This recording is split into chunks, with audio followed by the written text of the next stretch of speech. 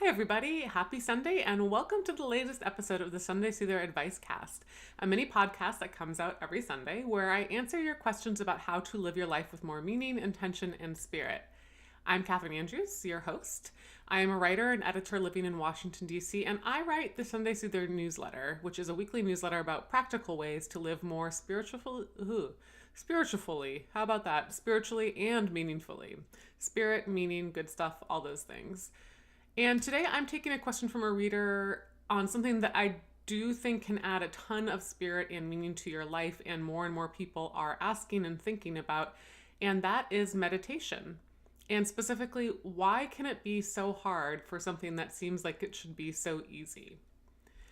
But before we get into that, some thanks and some asks and some updates, some genuine and heartfelt thanks to everybody who has given me such valuable feedback and compliments and just general knowing that they're listening out there. It warms my cold little heart, and it makes me feel so good to hear all of that. And just thank you so much. Genuinely, I read every comment and every mention, and I really appreciate it. If you're willing to consider it, it would be great if you could go to iTunes and leave me a review. From what I understand, that's one of the best ways to help grow an audience for a podcast is a review and a rating and sort of an understanding of how you are taking in the podcast and what it means to you so that other people can consider listening to it if it seems up their alley. So if you have found value in the work I'm doing here, one easy way to support me would be able to leave a rating and a review on iTunes, and I think it's pretty easy to do. Second, I want to note that I'm working on sort of the production values of this podcast. You may notice sometimes I have music, sometimes I don't. Sometimes the sound is not as good as other times.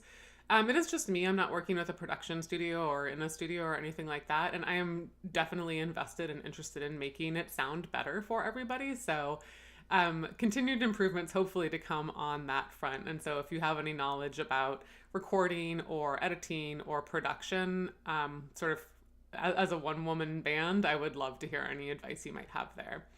And lastly, and what I say every week, if you want your question to be answered on this Advicecast, all you got to do, it's really easy to submit anonymously. You just go to tinyletter.com/candrews, and that's the link where you can fill out sort of the anonymous question about anything that's on your mind. You also can email me at kathdandrews@gmail.com, and you can submit a voicemail to 202-525-6558. Or if you happen to be watching this on Facebook, you can post your question to the Sunday Soother group page or leave it in the in the comments of this video. You can also find all the links necessary at instagram.com/Catherine Andrews. You can also join me on Instagram for pictures of my niece and nephews, or some Instagram stories where I often talk about the books that I'm reading that are helping me sort of understand how to bring more meaning into my life and more spirituality. So I often post about those in my stories and excerpts from those books. So you may find some value on following me on Instagram. Okay, so we are going to move on to the question. Our reader and listener today writes, "The one thing I have been thinking about lately is I would like to start a meditation routine, but I just find it super hard to find the time during the day as a working mom. I have so many things I have to get done every day that adding the meditation push notifications to my list was just stressing me out. I wound up deleting the app because it was doing the opposite of what I think meditation is supposed to do, which is to focus and relax. I want to meditate to help me find better focus and more room to be creative and calm. I often feel so frazzled and forgetful just rushing from place to place." So that's the question and the comment from the reader, and it is a super great question and one that I think will resonate with lots of people out there, and it definitely resonates with me. So I don't think it's any surprise that more and more people are finding and understanding the benefits of meditation today, and a lot of us get intellectually that we maybe should do it or maybe we do want to do it, but we struggle with the starting of it and fitting it into our existing routines, and that is very common. So I have some thoughts on how to address this, which I'm going to break down a little bit later in the podcast. But what I'm not going to do here is talk about the benefits of meditation or why it's good for you or any of that stuff of how it works. That's all out there. You can find it pretty easily. Many of you probably already know it. So I'm not going to spend time here talking about why you should meditate. I'm not here to preach or proselytize on it. I will do a few other things. I'm going to talk about my own personal history and my own story with meditation and let you have a little bit of insight into my journey there. And then I'm going to take a turn and talk about time and busyness and the language that we use around it, and some ways that we can all start to reframe that a little bit to create more spaciousness in our lives. And then I will talk about why I think meditation can, honestly, it can be really, really, really hard to do. I think people are like, oh my gosh, meditation's so easy. I just have to sit on a couch or on a pillow and breathe. But it is so much harder than that for a variety of surprising reasons. So I'll get why it can be so difficult. It can sometimes be upsetting or frightening or scary. So I'll talk about that a little bit. And then I also hope to talk about how I can reframe meditation as something expansive and luxurious, even sort of juicy, something you can really step into and create some more vastness and expansiveness in your life, and how to make it not something that is just, something you gotta like pile on your to-do list or pile on your already super full plate. So it sort of feels like an obligation. So as I reread this question, I do think it boils down to, why can't I start a meditation routine even though I know it's good for me? And I would posit that it is hard to start a meditation routine, especially because you know it's good for you. So I'm going to get into that a little bit too. But first, me and meditation, and this is where I wish I had like some audio production, because I would like do wavy lines and wavy music that indicate we are stepping back into the past, but I don't. So just let me tell you, we are stepping back into the past, and we're stepping back 9 years to when I was 30 years old. And that is when I started meditating. And it's not like I've been meditating constantly for 9 years. It was the very beginning of my journey. I was interested in exploring meditation at that point. Probably I'd read somewhere it was good at me. I knew I had anxiety, and maybe it was a way to help that. But I like could not get started with meditation because I researched it to death, because I thought there was a way to do it, like one perfect way. And I didn't really understand how I could get to that one perfect way of doing it, because I couldn't find enough useful instructions out there about how to guide me along the path to doing it the one way I thought it must be done. I thought you had to do it right, like quote unquote right, and I was scared to start because I just didn't understand the things that I was reading. And somewhere eventually along there, I finally got to the point where I understood you could just close your eyes on a couch and like breathe and maybe count your breaths, and that counted as meditation. So I started doing that. And for a few months, I started doing it very regularly. And I would say I was very fulfilled, and meditation made a huge difference in my life at that point. I was very calm. I was very focused. I felt fulfilled in my life. I was like on a really good just path. Everything felt brighter, and I slept well. I was focusing better at work. I was less stressed and angry. And then it sort of fell off. I ended up starting to date somebody, and as things happen with that, your routines get disrupted and it doesn't seem as important anymore. So I basically stopped meditating for a long time, but I've gone on and off back to it over the years. And in my on and off relationship with meditation, I'm in an on phase right now. I expect that journey will sort of continue and evolve, and I will probably go into off phases with it. But right now I probably meditate 1 to 3 times a week, depending. And all I do is what I just said. I sit on a couch and I close my eyes and I count my breaths. And I probably set a timer for anywhere from 15 to 45 minutes, depending on the day and how much time I have. And I'm so in an on phase right now that I went to a silent meditation retreat over the summer for 5 days. And yes, so like for 5 days, all I did was meditate and eat and walk around and not talk to anybody and look at some trees. I wrote a little bit about it. I'll link to that piece in the show notes. So you can say that I am on the meditation train, and that is where I am in my practice of meditation. And it just, it has all the benefits for me that it has for many people, which is I just feel more focused and calm and less anxious, less stressed, less angry, less depressed. And I'm glad you're curious about it and want to do it, because honestly, I do, I did say I was not here to proselytize about meditation, and I'm not. I'm just sort of trying to help you understand my story and my relationship with it. And honestly, outside of therapy, it's probably the best thing I do for myself in terms of self-care. And for me personally, it has very massive benefits. It just helps ground and center me. So, in case that's useful for anybody, that is my story with meditation and where I am right now. And rather than sort of tick off even more benefits, it might be helpful for me to let you know just how it makes me feel when I do it regularly. And I'm not just talking when I'm doing it, I'm talking outside of my life. Not outside of my life, but in my day-to-day life, rather. I sort of feel open and light, spacious. The world seems to have more possibility rather than to be sort of crashing down on me with items that I have to catch up on. So I want to talk a little bit now and shift into a different gear and talk about the question that you wrote and sort of the way our society talks about time and the language we all use around it. I do want to say I'm not a working mom. You've got like a lot more going on than I do. And I'm not pretending I know anything about what it's like to like keep a child alive and also do a job and also keep yourself alive and have a family and a relationship and a household. And all of the real struggles and burdens that come with it and all the minutia and logistics and everything it takes to just raise a child in this crazy world of ours that is not very supportive of working mothers, if supportive at all. So I have a very real appreciation for that, though I do not have any lived experience of it. So I just want to say that to let all people out there who have very full lives and lots of other obligations know that I take those situations very seriously and how difficult it can be. And that I'm not going forward with any of the following commentary sort of in a simplification or condescension about time and your relationship to it and all the things that you have to do. So it's just sort of like my preface.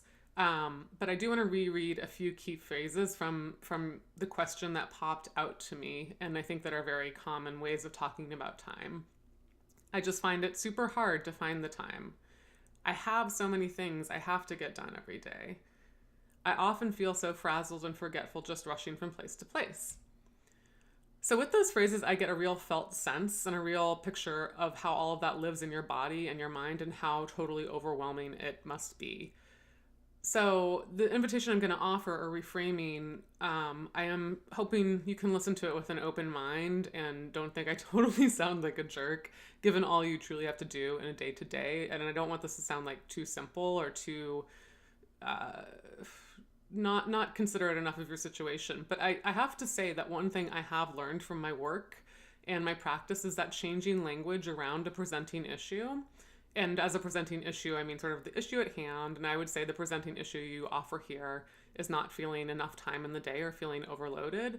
So changing the language around that, even though it seems sort of easy and silly and simple, it can actually be genuinely helpful and help our dumb little brains sort of create new pathways and frameworks for what we're working with. So I think before I get more into meditation stuff, what we're working with here is a language around time as a scarcity. And I think today's society does that. We suffer from operating what a lot of people refer to as a scarcity mindset. I'm going to quote from an article on radreads.co that I will link to in the show notes. We're surrounded by scarcity. The day starts with, I didn't sleep enough. Then the rush to get the kids fed and out the door is accompanied by the nagging feeling that as parents that we're not present enough. Next, a commute skimming articles on our phones and listening to podcasts at double speed. There's too much to learn and not enough time. A coworker gets that coveted promotion, implying there's not enough opportunity. Therefore, the new addition to the house will have to wait another year because obviously there's never enough house. And as bedtime approaches, it's a race towards inbox zero. And what's the last thought before your head hits the pillow? I didn't do enough.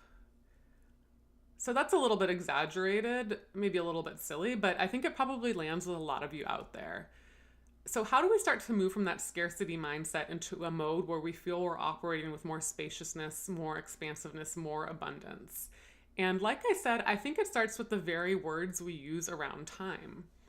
And the more we tell people we don't have time, the more we believe it until we're basically living in a constant state of time scarcity.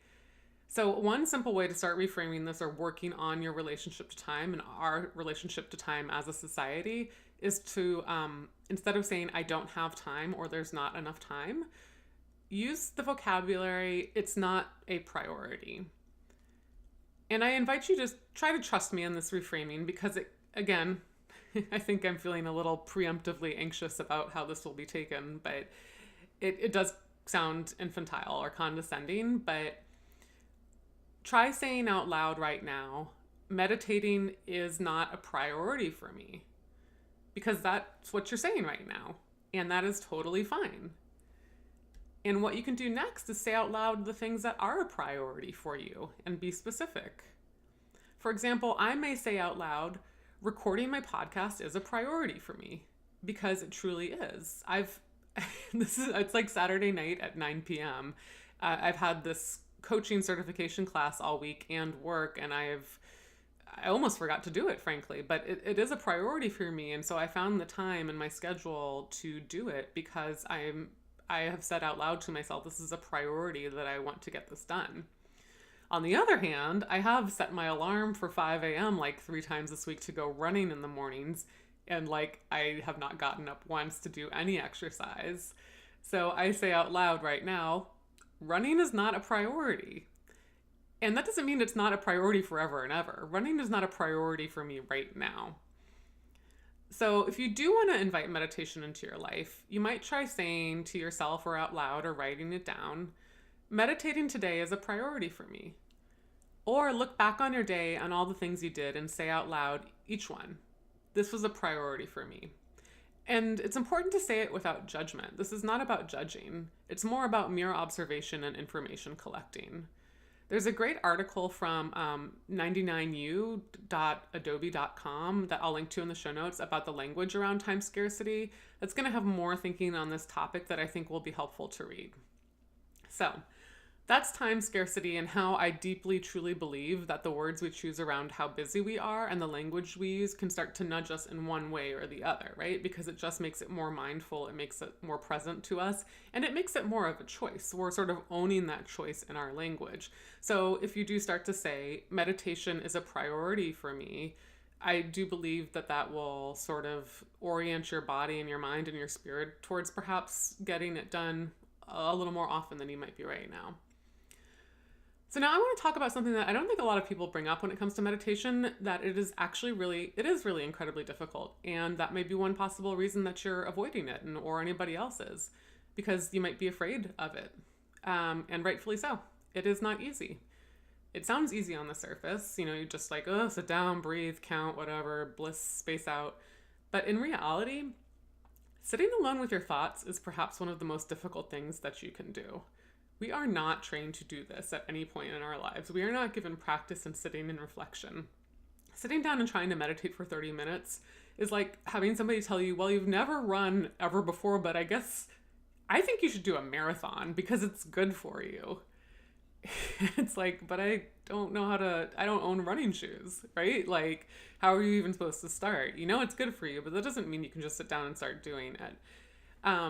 And I would say that meditation has a shadow side, and this is important to think about and important to know. And I don't say it to scare anybody, but it is a possibility that when you meditate, oftentimes dark stuff can come up.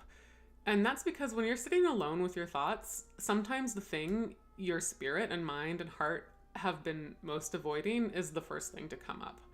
I cry during meditation sometimes. Dark things can come up, and loneliness or fears or emotions that I've been avoiding. And in meditation, there's nowhere to run. And I don't say this to warn you off of it at all. In fact, I think that is the best thing about it. You're stepping into the light. You're allowing those emotions to step into the light, which is the only way to truly get through them and to process them, but it can be very scary. So admitting to yourself, this is hard. Maybe I'm scared of it. Maybe I won't be quote unquote good at meditating. Thinking it could be anything, and maybe there's no reason other than the lack of time you're feeling right now that you're avoiding meditating, but really thinking, is there another reason that I'm possibly avoiding meditation right now? It might not be any of those reasons I've listed, but there may be another one, and sort of sorting through that can be very valuable. And then going ahead and starting anyways. You don't know the outcome. You don't know if it will feel good or bad at first. You don't know what will happen. And that's the risk we take with any new practice that we invite into our lives, but that doesn't mean it's not worth starting. Okay, so lastly, I think it's important to think about moving from meditation as a should to a want or a desire. And I'm so glad you deleted whatever meditation app you had from your phone. I know apps around meditation and mindfulness can actually help a lot of people, but I think for others, they may just contribute to a sense of the should, to a sense of obligation around meditation, which is the opposite of what meditation honestly feels like.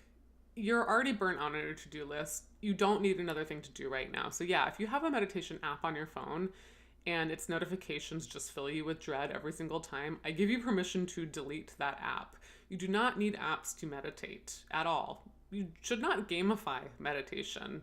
I know some meditation apps like have streaks and stuff. Like, if that is helpful for you, then yes, use that. If it is filling you with dread and anxiety, you don't need those things to keep track. You don't need to keep track at all. So that's what I meant when I thought your question sort of boiled down to, why can't I start a meditation routine even though I know it's good for me? And me saying it's hard to start a meditation routine, especially because you know it's good for you. It just becomes another should. And your body and soul, which is already frazzled and busy, they're going to reject any more shoulds. Meditation is going to feel like an obligation, another item on your giant checklist, something you're hiding from.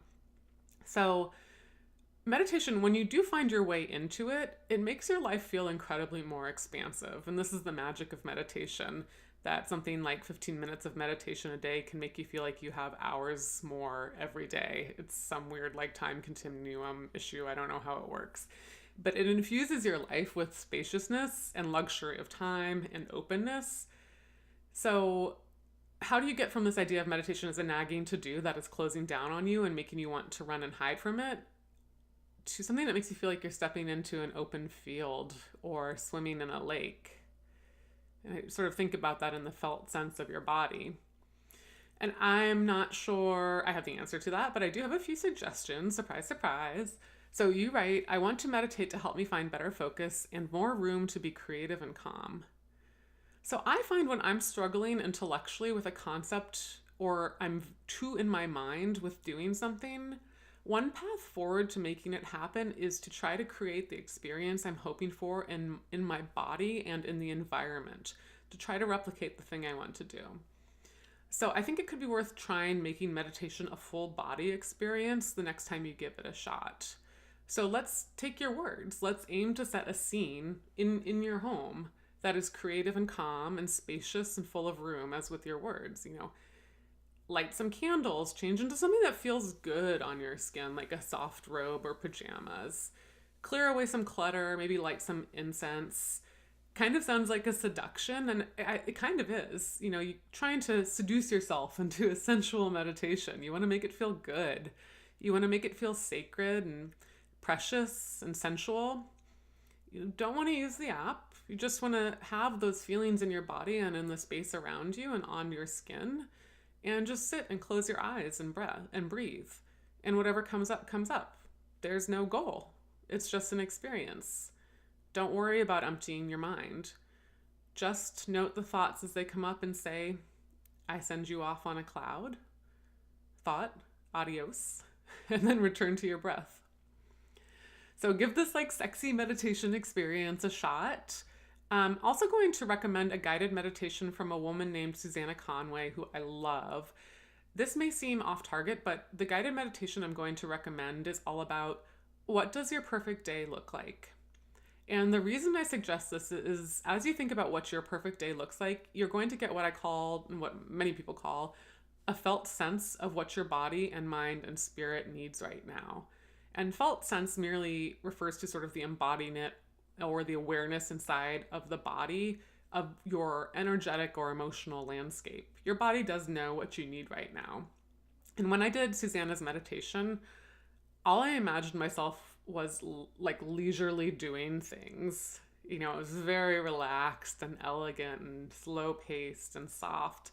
And I knew by thinking about that, I needed to bring more sort of leisure and lounging into my life.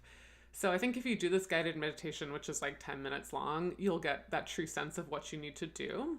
And whatever that feeling is, that's the feeling you should try to associate with meditation. For me, again, it was sort of luxurious leisure, indulgent, and you'll have a different feeling. So just try giving it a shot, and I'll link to that meditation in the show notes. So That is my meditation manifesto. So I often today do, oh my God, I sneezed. I sneezed on a podcast. Well, that happened. Sorry about that, guys. I often do a thoughts and happiness segment here, but I want to be transparent in that I have been deep in a 5-day, 8 a.m. to 7 p.m. coaching certification experience for the past 4 days. And I don't got no thoughts. And I don't have no happiness. Things are good. This coaching path is truly a calling for me, and I'm loving the information I'm taking in, but my brain is a little bit on the fried end. So I'll bring back thoughts and happiness next week. In the meantime, if you're looking for any thoughts, go to my Instagram page, instagram.com/Catherine Andrews, and I have pinned reflections and observations from books that I am reading on spirituality and meaning and excerpts. So you can find them under the book club highlight on my Instagram page. So you might find some thoughts there. For now, though, it is time for me to go to bed. So that is it for today's Sunday Soother Advicecast. If you've got questions or advice or ideas for topics or feedback, email them to me at kathdandrews@gmail.com or submit them anonymously at tinyletter.com/candrews. Thanks so much for listening, and here's to living the week ahead with lots of thoughtfulness, connection, and meaning.